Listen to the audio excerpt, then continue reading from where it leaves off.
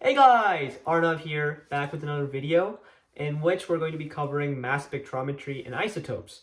Now we're really nearing the end of Unit 1 of AP Chemistry, so thank you for watching the videos up till this point, and if you haven't, now is a great place to start, so thank you for clicking on the video anyway. Also, I wanted to wish you guys luck with your unit test because most of you probably have those, and if you're self-studying, then good on you, man. Good on you, keep studying, you'll do great on the AP exam.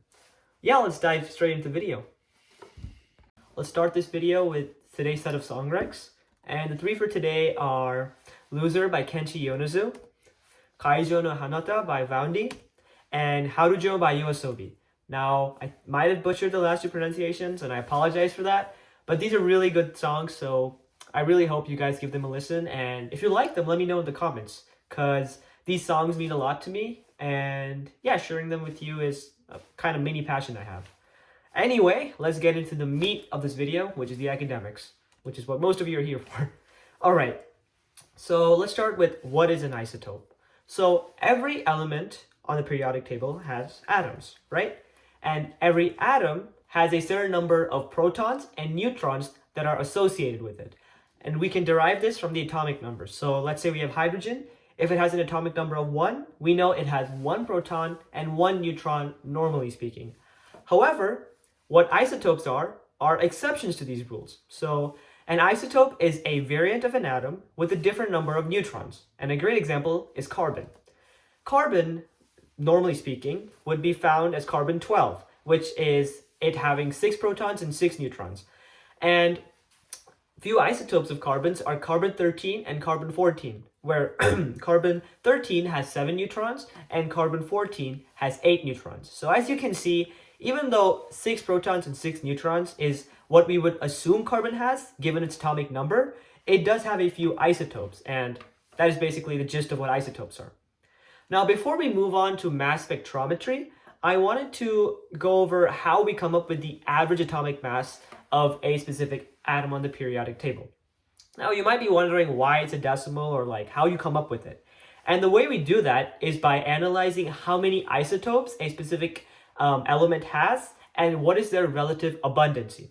So, for example, let's take carbon again. So carbon has 3 isotopes in this case, right? So we will consider all of them when we're taking the average atomic mass, and we will also consider how abundant each of them are in nature.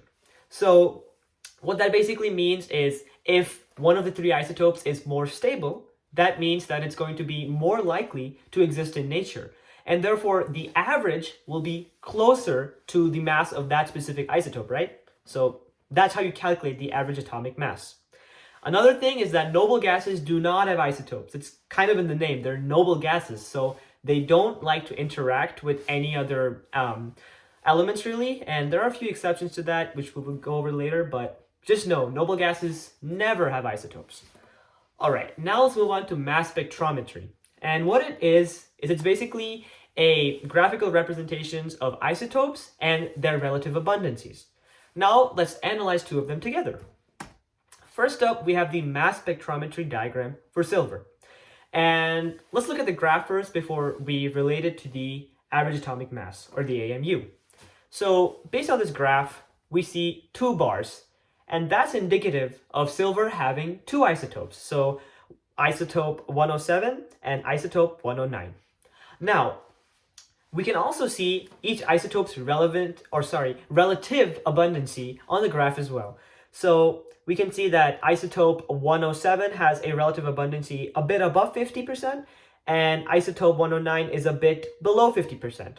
So based on this information, we can conclude that number 1, the average atomic mass is going to be between 107 and 109, because they're the only 2 isotopes, right? So it has to be between them.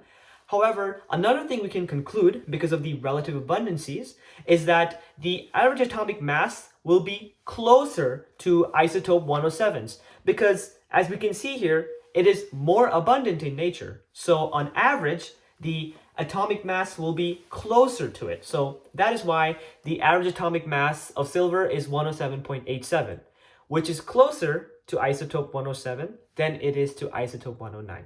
So it's basically, you're kind of literally reading in between the lines, right? You're trying to see how abundant each isotope is, and therefore which one will the average be closer to. So that's the whole point of what we're trying to do here. Another example is boron. Now we again have two isotopes, so isotope 10 and isotope 11, but isotope 11 is 80% of what regular boron looks like in nature. So again, we're reading between the lines, and we can tell off the bat that the average atomic mass is going to be so much more closer to 11 than it's going to be the 10, right? Because look, it's like the relative abundance of isotope 11 is way higher.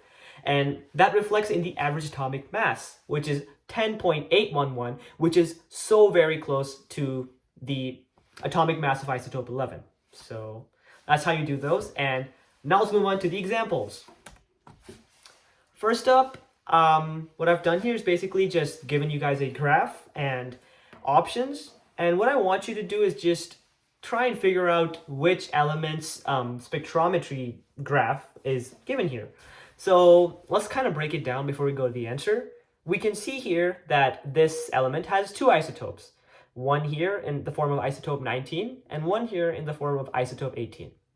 And we can also see that isotope 18 is not like abundant at all, whereas isotope 19 is so abundant in nature. So do with that what you will, and I'll give you 3 seconds to try and attempt the question. All right, I'm assuming you've tried, and if you said the answer is fluorine, you're correct. Now, all you got to do is match the average atomic masses to the chart. So we know that the average atomic mass for this element is going to be so close to 19, right? Because the isotope that has a mass of 19 is very abundant. So it's got to be 18 point something, that's very close to 19. And really, the only answer that makes sense here is fluorine, because it has an average atomic mass of 18.998, which is so close to the atomic mass of this isotope. So that's why it's fluorine. Next up, I have another example for you guys. In this case, we have 3 isotopes, and I want you to find out which of the following elements this chart represents. Now I'll give you a second to try it again. All right, I'm assuming you've tried it. And in this case, the answer is going to be strontium. Now, let's break it down again. In this case, we have 4 isotopes. Isotope 84, which is basically non-existent. It's not abundant at all. Isotope 86, isotope 87, and isotope 89. Now, again, we can see isotope 89 is like 80% of the total abundance of whatever element we're looking at. So off the bat, we know the average atomic mass has got to be really close to 89 relative to these other ones, right?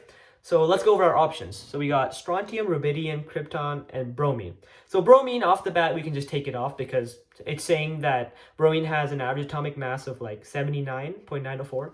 That's like way to the left, so just ignore that. Next up, we have krypton. Now, krypton's also a bad shout because krypton, again, is to the left of the range we're looking at. And one thing you guys like off the bat need to know is that whenever you're looking at these charts, the average atomic mass of the whatever element you're looking at is going to be between this range, right? Because you're trying to average them together. So it cannot be outside this range. So again, krypton has been ruled out.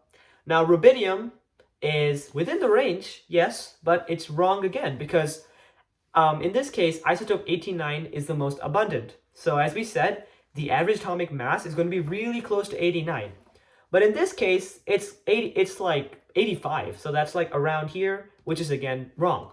Now, strontium, on the other hand, is like 87.62.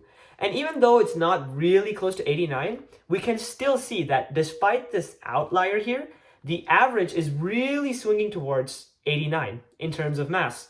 So that is why strontium is the correct answer. My video and supporting the channel so far. I hope that you found everything that I gave in the video useful. And since, again, Unit 1 tests are coming close, wish you luck on those. You guys are going to do great, and I believe in you guys. So, yeah, again, thank you, and have a good rest of your week. Bye!